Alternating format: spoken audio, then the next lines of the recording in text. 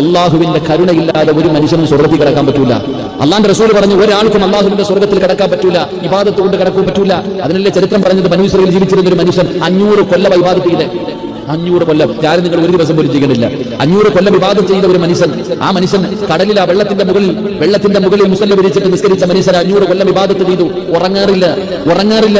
ഉർമാമ്പഴം കഴിച്ചിട്ട് 500 കൊല്ലം രാവും പകലും ഇബാദത്ത് ചെയ്ത മനുഷ്യൻ നാളെ അള്ളാഹുടെ കോടതി ചെല്ലുമ്പോ അള്ളാഹു പറയുന്ന, ചങ്ങാതി വേണമെങ്കിൽ എന്റെ ഔദാര്യം കൊണ്ട് നീ സ്വർഗ്ഗത്തിൽ പൊക്കോ. 500 കൊല്ലം ഇബാദത്ത് ചെയ്ത മനുഷ്യനോട് പറയാ, നീ വേണമെങ്കിൽ എന്റെ കരുണ കൊണ്ട് നീ സ്വർഗ്ഗത്തിൽ പൊക്കോ. ഈ ചങ്ങാതി പറയത്ര, അള്ളാഹുവേ 500 നിന്റെ കരുണ കൊണ്ട് എനിക്ക് സ്വർഗ്ഗത്തിൽ പോകണ്ട. 500 കൊല്ലം രാവും പകലും ഒരൊറ്റ ഉമ്മാമ്പഴവും പച്ചവെള്ളവും കുടിച്ചിട്ട് രാവും പകലും 500 കൊല്ലം ഞാൻ ഇബാദത്ത് ചെയ്തവനാ. ഈ ഇബാദത്തിന് പകരമായിട്ട് എനിക്ക് സ്വർഗ്ഗം തന്നാൽ മതി. ഓൻ വലിയ കാര്യത്തിൽ പറയും.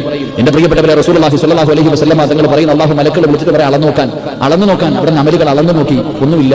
അവസാനം 500 കൊല്ലം ഇബാദത്ത് ചെയ്ത മനുഷ്യൻ പോലും അള്ളാഹുവിന്റെ കരുണ കൊണ്ടാണ് സ്വർഗ്ഗത്തിൽ കടന്നുപോയതെന്ന്. അള്ളാഹുവിന്റെ